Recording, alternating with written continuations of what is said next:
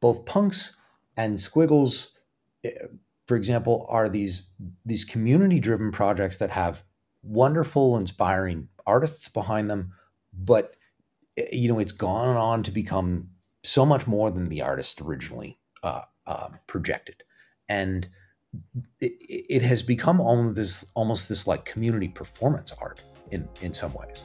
The SquiggleDAO podcast is brought to you by Niftyfy. If you need liquidity, instead of selling your NFT, you can get a loan. Niftyfy is the most battle-tested and secure NFT lending protocol. You can borrow ETH, USDC, or DAI from lenders using your NFTs as collateral in a trustless peer-to-peer fashion. By being peer-to-peer, you can get better terms on specific or rare NFTs. And there is no liquidation risk. As long as you repay the loan before maturity, your NFT is yours. Head over to niftyfy.com and access the app today.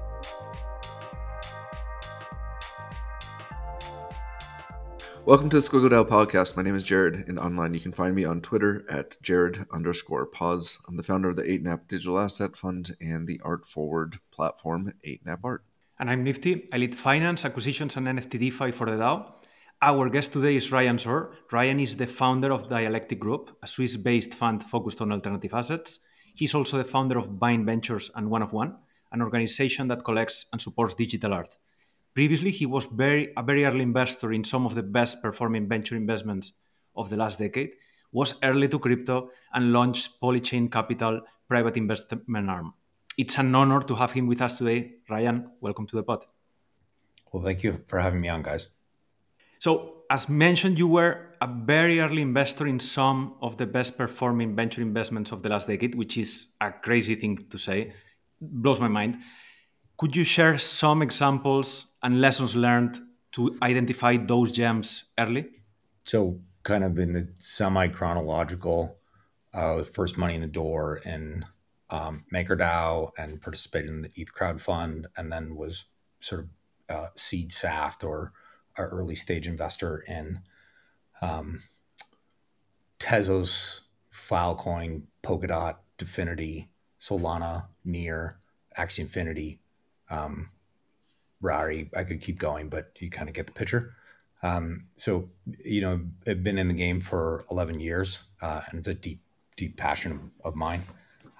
And there's been a lot of lessons learned along the way, whether it's from like a jurisdictional competition and architecting projects, especially token-enabled projects, either here in Switzerland or in Cayman or tax optimization. But I think one of the most important lessons that have emerged over time is to lean into supporting young, technically gifted founders. It was very non-obvious to invest in Vitalik, a 19-year-old brilliant, but quite esoteric founder at the time. And I think the same could be said for Rune of MakerDAO. But sort of leaning into that like intellectual curiosity of what they're trying to uncover was just more interesting, more compelling, and thusly, in the end, ended up being more financially rewarding as well as being more personally rewarding. So you mentioned being in crypto or the space for 11 years, and that means you've seen a lot of different cycles on the eve of a potential ETH ETF. Do you have any advice for people going through their first cycle? So Dialectic is structured as a crypto native multifamily office. We support crypto native high net worth individuals and some foundations as they manage the very different realities of having wealth in crypto versus having wealth in traditional assets. And one of the primary things that we try to impress upon our members is that diversification is more important for crypto natives than it is for other asset classes. And so, you have to lay out a set of like programmed heuristics of taking capital off the table, of rebalancing. You have to have a very clear view of your overall asset allocation, and then stick to the plan on the way up. there's always this tendency to continue to pile on and to not worry about the fact that your overall personal wealth can become, 80, 90, 99.9% in some cases, crypto. And while we all believe in the story of crypto, you don't need to be 100% exposed to these assets in order to be along for the ride. And I would encourage people to take diversification very seriously, to take tax optimization very seriously. Not that everybody needs to move here to Switzerland, but at the same time, a stitch in time saves nine on these matters. In the diversification plays, or anything that are some of your favorite plays? Yeah. So often what we try to set up are like barbell approaches. So for example, if you're pairing like speculative long assets, pair that with something that is like a dividend cash producing asset that you can keep. So one of my like sort of fundamental base portfolios is what I call a dividend aristocrat portfolio denominated in boutique country currencies. So this cuts to a global macro thesis of mine that the US dollar and euro will continue to bleed dominance, and that these sort of safe haven boutique country currencies like Swiss franc and Scandinavian kroner and Singaporean dollar and New Zealand dollar and to a lesser extent Uruguayan peso, companies that throw off cash flow, so dividend aristocrat that throws off cash flow for 25 years, these are good assets to hold to pair with a really long position in ETH. And in moments where you can rely on that cash flow to sort of like cover life and make sure that your family's taken care of, and that allows you to go out and get more experimental with other things because you've kind of taken care of the home front. That's incredible. I appreciate you sharing that. Now a pivot to art. You one of my favorite acquisitions that you have is Beeple's Human One, and quite a large sum of money that was bought for, 29 million. What have you learned about buying multiple 8-figure pieces at auctions, and where does that take you moving forward? I mean, one of the things that does come to mind is that particularly in art and collecting, so this is true of like collectibles like Pokemon or other categories of collecting, similar to art. Over time, a lot of the value accrues to the upper crust of the entire category, while the 95% or more sort of wash away. And I think, for better, for worse, and in the long run, it'll be for better. We are seeing that in NFTs, where there's a small collection of very important, iconic, innovative cultural works that continue to capture people's attention, and I think will continue to hold and accrue significant value. And that was my thesis when I bought Human One, is that like this is one of the most important cultural assets of the 21st century, and to embark upon this journey with my close friend Mike Winkelmann over many years of evolving Human One and showcasing it to the world. And it was just going to be a really interesting ride, and I was relatively sure that this would at least maintain its position in that upper crust. Which, I think fortunately it has done. One of the other things that we've learned is that people really resonate with this idea of art that is evolving, that is a river of time that you can step back to and is not the same thing. We saw this with the record-breaking Rafik Anadel show at MoMA. And we also see it with Human One as we've leaned into sort of a more performative art in these live updates of the different chapters. And so this is a relatively new and fresh lesson, but we're starting to see how much people resonate with this idea of the evolution, and that's why we've started to do these live updates with Mike, which we think are really compelling. And and just have been absolutely spectacular. Certainly, we'll see some more in the future. Well, what I'm really fascinated with, is, especially when you're with your art acquisitions, is you have you obviously have a knack for being early and seeing things early. What is it about the artists that you're collecting that caught your eye early on? Because you've had an incredible eye for not only spending money, but like for getting in and connecting with artists. What I would say is relatively early. It may not be early to you, but to the masses. What are some points for your decision making and mental model around some of the artist partnerships? I hadn't really collected art in a serious fashion until digital. I hadn't really like connected with a category of contemporary art that that evoked that that emotion in a collector that causes one to press buy.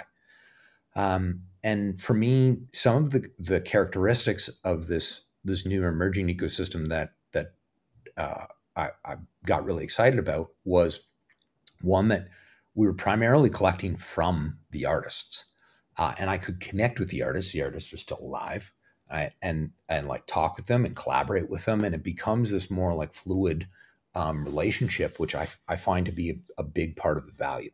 My relationship with Mike is really important to me. My relationship with Rafik is really important to me. My relationship with Snowfro and Sam Spratt, these have now become close friends and collaborators, and I really enjoy that part of the collecting process. That's been really nice. The like aha moment for me with collecting digital art and NFTs was in 2019 and 2020. I was kind of running around the space saying, hey guys, like it's sort of the same group of us as always, just trading these tokens back and forth between each other. We're not getting new cohorts of people in, and we need to get something that brings sort of new blood into the ecosystem.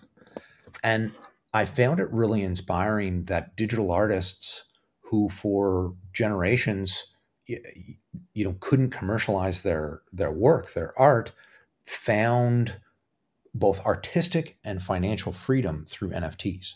That crucible moment of digital scarcity, which solving the Byzantine generals problem resolved, became one of the first applications of non-speculative use case for crypto, which was that digital artists could finally have digital scarcity, and then with digital scarcity conferred collectability, and then from there. Now, obviously, a layer of speculation came on it because crypto, being sort of rapid financialization of all things, that did come, but that isn't like the core of it. The core of it was that finally digital artists had digital scarcity that they could represent, so there was collectability of their work, and I just found that really inspiring. That rags to riches story of these different artists finding financial and artistic freedom. Very famously, before Mike sold NFTs, the highest that he ever got for an everyday was $110. And so you get just like in that moment, the switch that it wasn't valuable because there wasn't a collectability element. There wasn't what Amy Capoletto calls the mineness of art.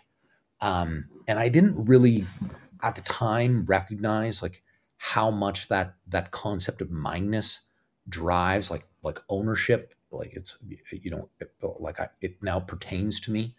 How much that drives collecting activities globally and how large that economy is. And we see it with NFTs. That's truly inspiring. When I see some artists that were, I remember one that I was reading recently that was a teacher and could go full time to create art. I totally agree with you that it's super inspiring. You've put Rafik into MoMA, and as you mentioned, it has broken every record that the MoMA has for people in front of a work of art. Also, you've put Human One by Beeple into M+ in Hong Kong, Castello di Rivoli in Italy, Museum of American Art. And you've stated something that it resonates a lot with me, that is that digital art will bring people back to museums. Totally agree. And can you talk a little bit about the process of getting those digital art pieces into the top museums? I think starting from a principle that we have with our collection at One of One is that we work with institutions primarily that are led by really strong curators, individuals that have a strong voice that we like, that we get along with, and we feel like we can work with. It's kind of, especially with Human One, I was sort of like, well, I've spent all this money in this, like I'm not going to then like work with people that I don't like and like have it cost me more mind space. And so that was really the kickoff with Caroline Christophe Barkagiev, who is, I often say, art is Caroline's religion, and she is a high priestess of the practice. She is just a master. And so like getting to learn from these people like Hans Ulrich Obrist and Uli Sig over at M+, who's become just a wonderful, inspiring mentor for me. That sort of led the relationships more so than anything else. It wasn't like some formulaic selection process or like some like RFP that we applied for or museums applied for. It was just like, somebody who dominates their institution and who I get along with and I want to spend time with. And that's like the value that I get from this. So, and then once once you're in a conversation and building trust with somebody who has an outlier credibility, both within their institution and globally in the art world, it's actually really easy. It's, people talk about, it's so difficult to place works in museums. We haven't had that problem at all, to be honest with you. Rafik, from the first conversation with Michelle and Stuart to installation was 8 months to the day. M+ with Human One, I think was like 6. This is true of all things in business. If you have a great product, people are going to take it and smart money, you're going to buy it. Right. Whereas you could put the greatest sales pitch or lobbying effort on a crappy product and you're still going to struggle to get it in there. And fortunately the Rafik MoMA machine hallucination really fit moment at the time. And it just shows like how forward thinking their curators are. It went up 3 weeks before ChatGPT was unveiled to the world, right? Just capturing cultural zeitgeist in that moment. Human One went up basically for the coming out party of Hong Kong, opening up to the world after COVID.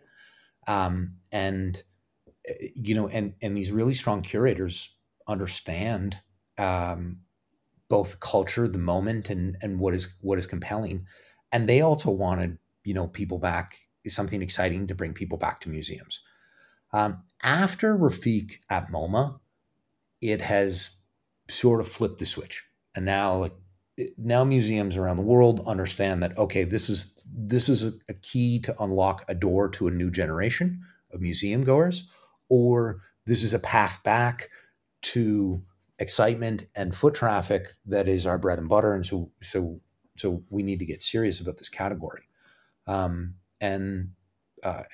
so I've just been really grateful for the relationships, also because, I started and still very much am, with a student's approach and just like going to these people kind of open-mindedly. I think there was a chance to kind of like skip some steps that a more seasoned collector would have sort of self-edited with. And so yeah, it's been great. We've been very grateful for the reception that we've had from museums. And I think it's really important for digital art broadly, right? Especially taking signal from my friend and mentor, Uli Sig, who rewrote Art Canon to include a generation of Chinese artists that had otherwise not been recognized. There is the opportunity to look at Art Canon and say, hey, there's a category that belongs that isn't here. Pamela Joyner did this with artists of the African diaspora. And when I look at like the capital A art world and art canon today, it's very obvious that digital artists do not have the rightful place in art canon. And so there's the opportunity to change that, which I think is really exciting. So you talk about an opportunity to change it. You just shared the names of a lot of different influential people within the big A art space. How do you explain to them digital art, blockchain art, whatever we want to call it, to help them have that aha moment where they want to? I mean, you've captured it almost brilliantly, like placing these, and you just outlined it, these pieces of art into not only institutions, but at timeframes that are, so analogous with where we're going, where we're heading, and creating that level of excitement.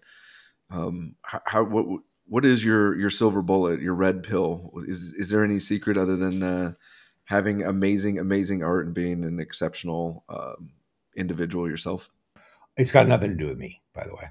Just to be clear, curators will get excited about an artist, and then I can like hopefully help bridge the conversation and like position what this is about coherently. And often I find myself repeating this story of digital scarcity enabling digital artists. And that's really the seminal moment here, that when we look back, we will recognize or remember that the NFTs were not the art. The NFTs are an on-chain form of a certificate of authenticity to validate and to provide scarcity for digital art. And this is about the acceptance of digital art. And when you position it like that, it's like, well, very clearly digital artists should have their rightful place in art canon, right? Like how many times in the history of art have we seen this conversation unfold? Expressionist wasn't art, and then abstract wasn't art, and then photography wasn't art, and then, contemporary wasn't even art. And then like, it's never art until it's like a foregone conclusion. And fortunately we build on the shoulders of giants, and the world moves faster now. So we're not going to need the like 35 years of canonization to get over the hill like many other previous categories. But I just sort of tried to explain it in relatively simple terms, and then also let the artists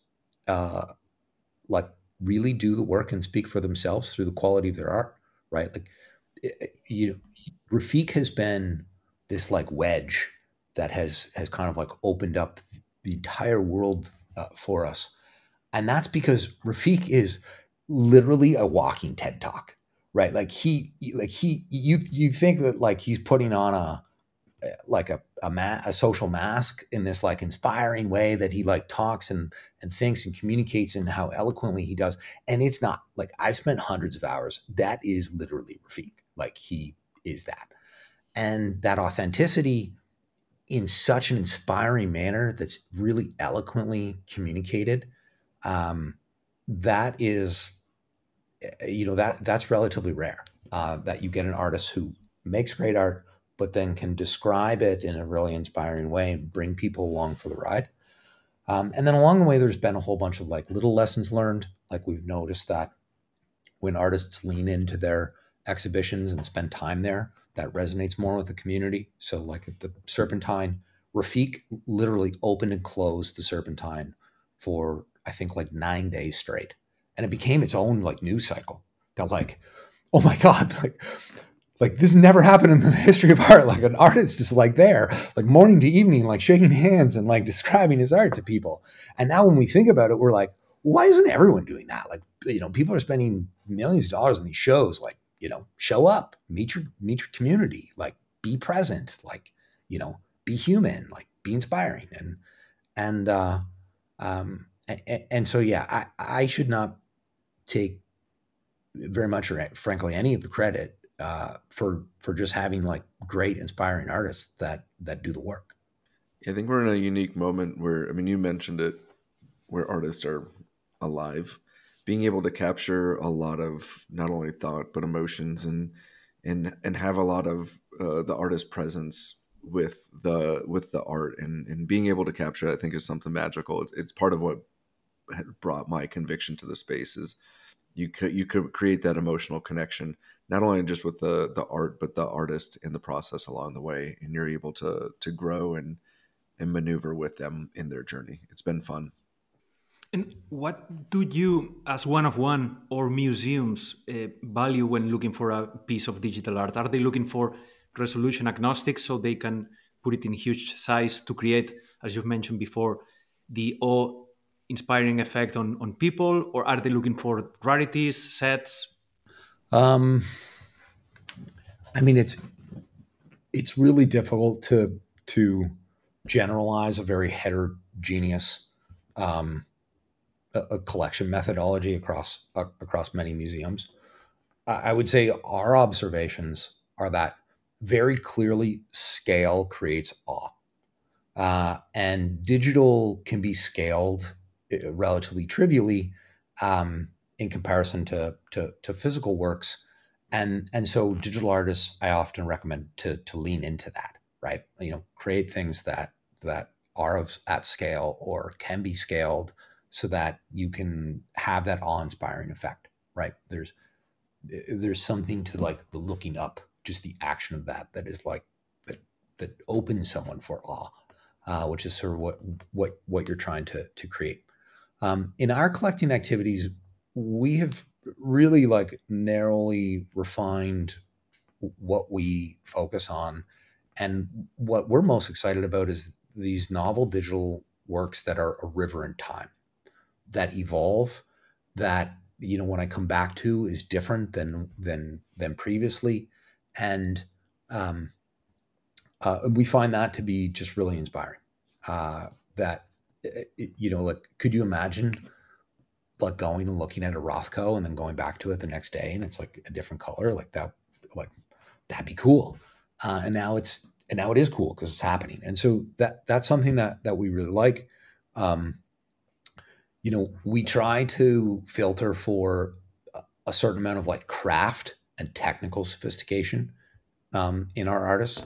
I have this like heuristic that I call proof of artwork, where I'm trying to get an idea of how much like time, training, resources, talent, and just like raw computation, everything that has gone into a piece.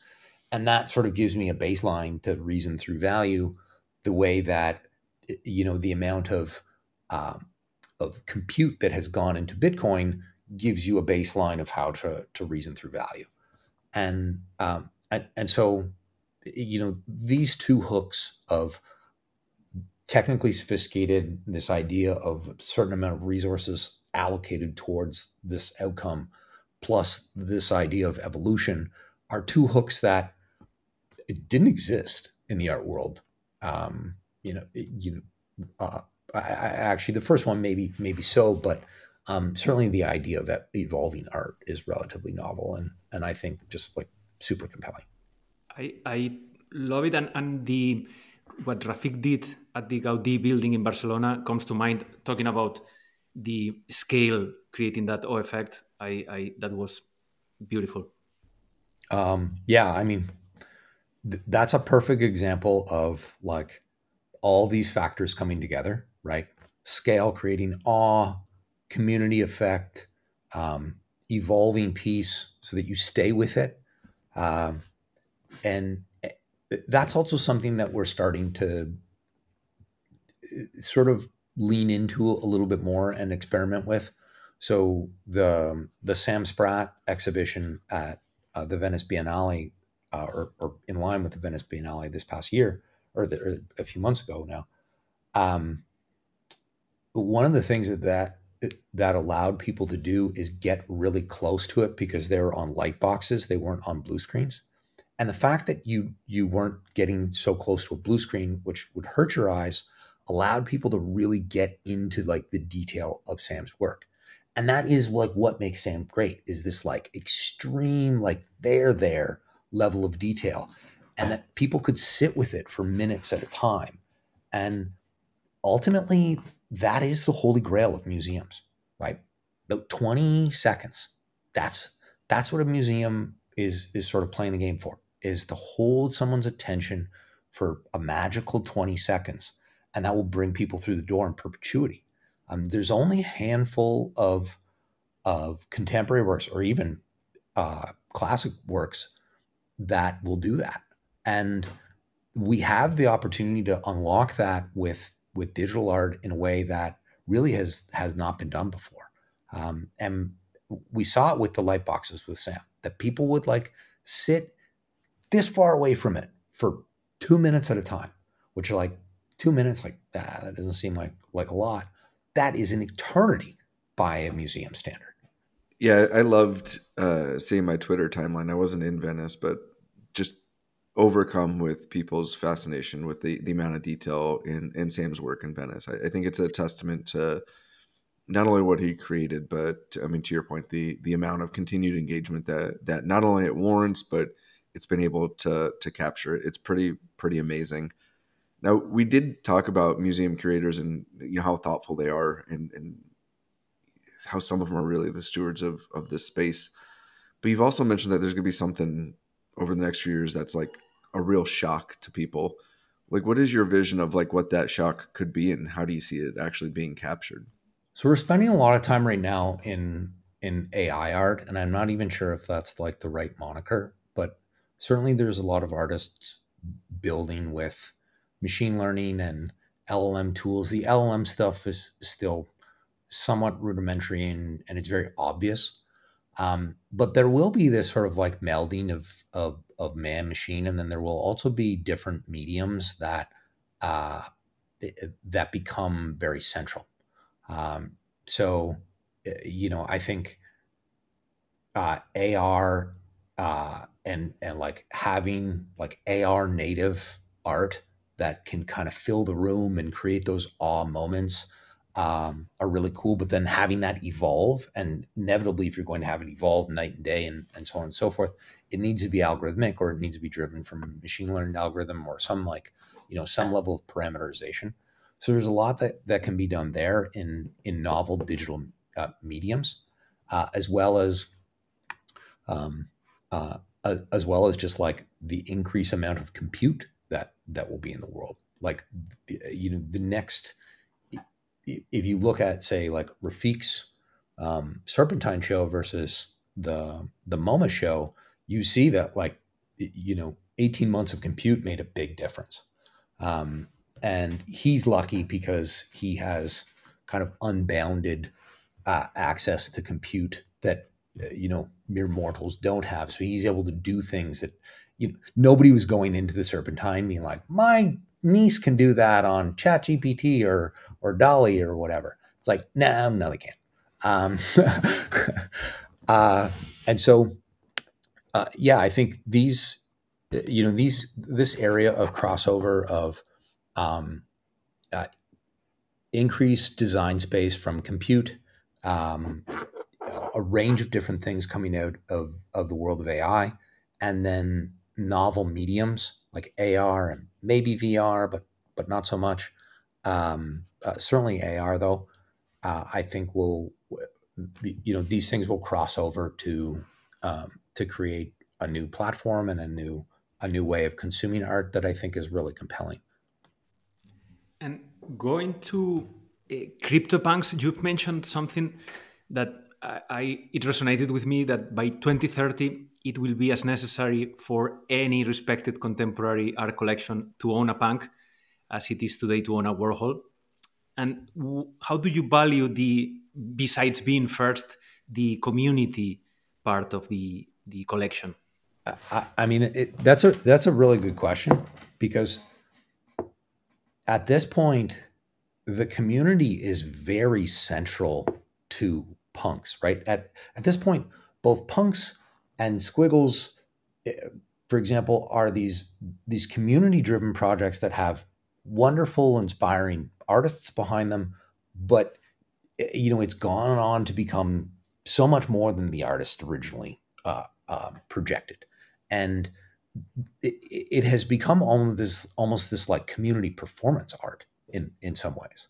And I think, part of the value is I think you will see groups of Punk's community and hopefully Squiggle's community as well come together and make group donations and come together and put on group events where they're not like, it's not the artist and it's not the like IP holder, it's just community. And that's really amazing. We've seen some works with collectives in the capital A art world, but collectives have not really captured fire. They're seen, taken with a grain of salt and seen very skeptically in the capital A art world. Most famously, this last Documenta now 2 years ago, which was a full-on disaster and led by a collective.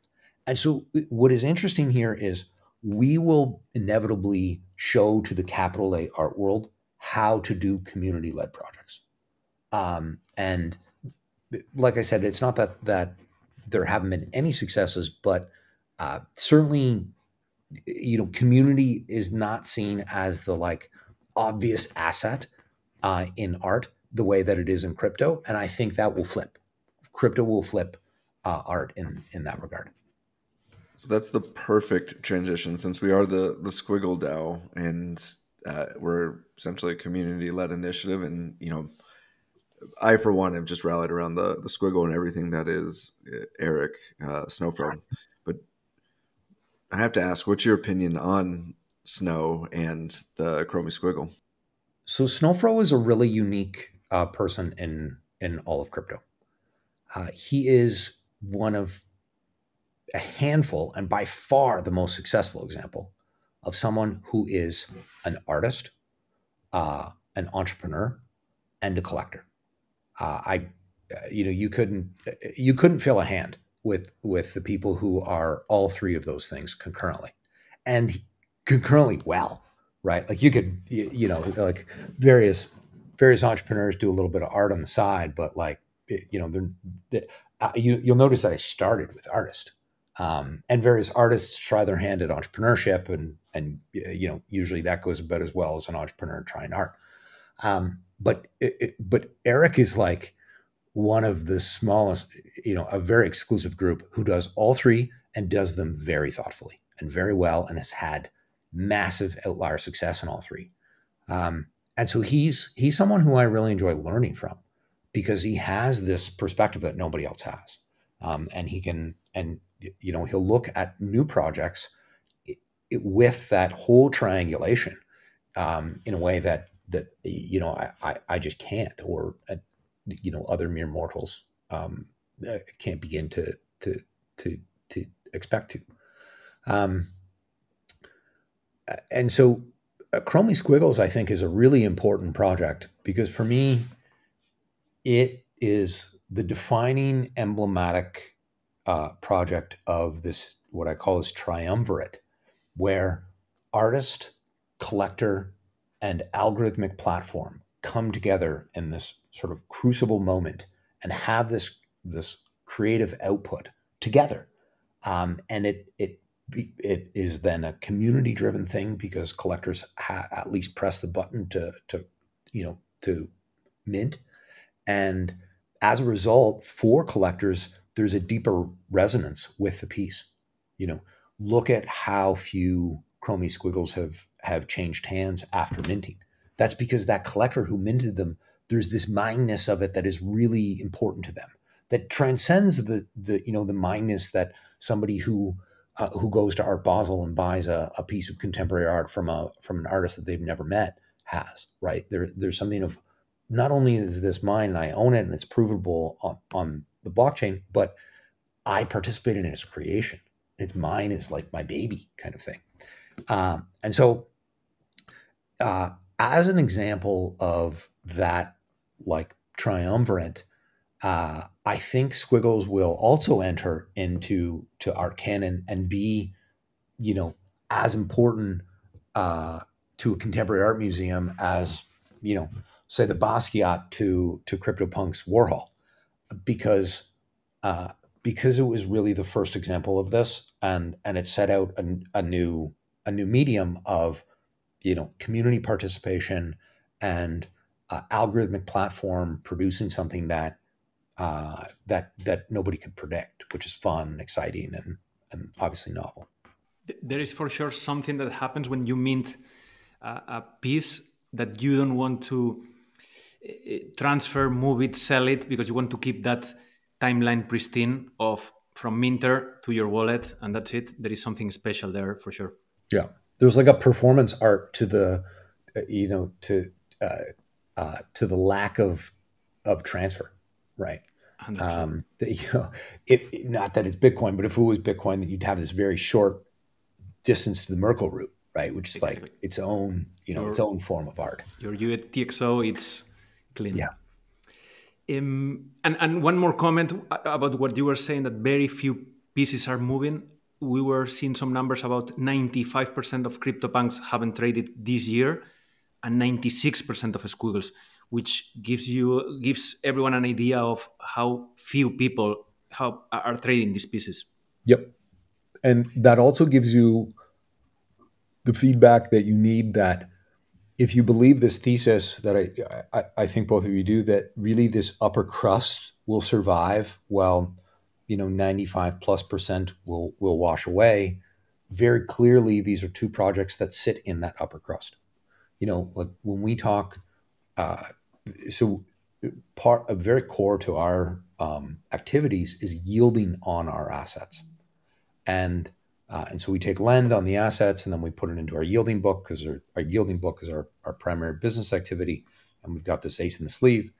And you can only get lend on premier assets. Like you can't get lend on like a Cause, but you can get lend on a Picasso, and you can't get lend on some like random like PFP project. But the four assets that I can get lend on today are Beeple, Rafiq, CryptoPunks, and Squiggles. And that's it. And like, I hope that it expands over time, but at the same time, if it doesn't, like, that's fine too. Like, that is a demonstration that art financiers, which by the way, are very, very sophisticated component and an important component of contemporary art world, have deemed these projects important. I think that will cause the pillars to fall in institutions, and in the world at large. We have a few minutes left. We have some rapid fire questions. Always like to mention that the questions are rapid fire, answers don't need to be. You've collected some record-breaking pieces at auctions at Christie's, as we were mentioned, Human One by Beeple. You've put them into the top museums in the world, but any grail that got away and the story behind it? The Sam Spratt, both the Sam Spratt Genesis piece and Worm Food, which stole the show. Cosmo won both of them. I was underbidder on both. The Worm Food was at the Maps Christie's auction, which we had put on, and that was like the piece that I most wanted. And when we saw both of those pieces in the light boxes at the Biennale last month, I was just ready to like eat the table. I was so furious that I had let both of those go away at a price that you will never, ever see for a Sam Spratt one of one again. Forget about it. Like 30 ETH on the Genesis, and I think it was $200K US for Worm Food. When Sam Spratt will go in the Christie's evening sale this fall, and I don't know what the number is, but it's not hundreds of thousands anymore. That's for sure. Yeah, when Cosimo mentioned in his Medici minutes about those acquisitions, it was a really fun read, and it basically said you guys all slept on it, and it's proven out to be right. Underbidder on both, and at the Venice show, which was the Monument Game. It was about the Monument Game, which I then re-upped and finally bought. Those two pieces stole the show. Everybody was taking pictures in front of those two pieces the entire time, and so kudos to Cause. You know, he's really smart, and they're in good hands, fortunately. Sorry, that was not rapid fire. Totally fine. We have the time for it. You've been constantly early and right, identifying the right trends. What is grabbing your attention right now? In crypto, the killer app is the financial use case. Last one from me. You've had tremendous success in your career since very early, as you were mentioning before. What motivates you to continue? I just love the game. Like the study of business investing and entrepreneurship has been my life's only passion since the time I was a child. And I love the game. And crypto is such an amazing manifestation of it that it is a strange addiction. I couldn't pull myself out if I wanted. I think you got 2 nod heads in addition to your response. So very well said. What is one book you'd recommend to readers for max value? We give out probably somewhere between 100 and 300 copies of Marcus Aurelius's Meditations per year. The Gregory Hayes translation, which takes out a lot of the superfluous language that was put in kind of the medieval times. And it, you know, even though it was written 2,000 years ago by the Roman emperor, it feels like it was written last year for you. It's, in my view, the most extraordinary piece of writing that I have ever read. It's probably been 3 years of reading it, so I'll have to go dust it off. It's one of those. Oh, there you go. Nifty's got it, baby. Convenient. What's the best advice you've received in the I'd say digital art space, but you can expand it to be whatever space you like? I mean, I'm just like running through a huge list of things, especially from Uli, who is just this like wonderful wealth of knowledge and wisdom. But one of the things he told me early on is to endeavor to create a network collection. That there are different types of collections, and he has a beautiful essay about the different types of collections, like, you know, collecting what you like, or collecting for investment, or collecting as an institution. And for him, the highest sort of form of collecting is to collect a network collection, whereby the pieces are in conversation with each other and offer synergistic support to each other. And often they're sort of linked by a shared theme. And that theme helps lift up the entire collection, and that has been something that we've leaned into over time. That's incredible. I appreciate you today, Ryan, sharing all of your knowledge. It's been an absolute pleasure. I think you are, I don't want to say unsung hero of the space, because you're at the forefront, but you definitely deserve more eyes, because your thoughts are incredibly dynamic. They're prolific. They're deep and meaningful. And I appreciate you sharing some of your time today. Did you have any closing remarks that you'd like to share with the listenership? Well, certainly gratitude for both of you and for your leadership with SquiggleDAO. SquiggleDAO may be the most successful DAO there is.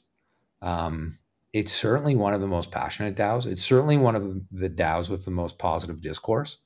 And that comes down to leadership, right? Like, the rules of the game don't change just because we put a DAO on the end of it.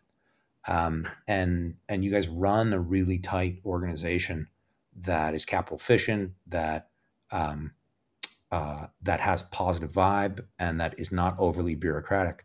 Those 3 things are quite devoid in most DAOs, and so kudos to you for that, and keep the faith and keep going. What you're building matters.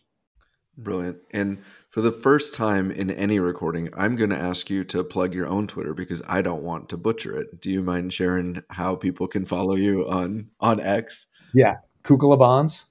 Yeah. Perfect. And you can do what I did. Labanaze. Yeah, and you can just search for Ryan Zurrer if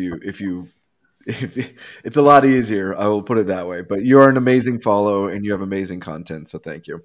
Well, thank you. I appreciate it. Although I don't know how easy it is to follow me, because I feel like X has like throttled or filtered crypto people. And so CouGLeBonds are at CouGLeBonds. Brilliant. And for anybody who's curious, we'll put it in the show notes, so you'll have an easy one-click link in case any of that flew over your head. So thank you, Ryan. Truly grateful for you as well. Appreciate all your time. Thank you. Cheers, guys. Thank you so much. Cheers. Bye. That was an amazing podcast recording of Ryan. If you enjoyed that at all, please like this content. Follow the SquiggleDAO on X. Join our Discord if you are inclined at all. You do not have to be a Squiggle holder. There's a general section for the public where you can hop in and just chat squiggles. There's also a SquiggleDAO token available on OpenSea or your preferred marketplace if you would like to participate in the DAO. Like I said, please feel free to like, comment, and DM either Nifty, myself, or any of the other team members, because we're always here to help you in your Squiggle journey. Thank you, each and every one of you, for the listen. It is very meaningful to all of us.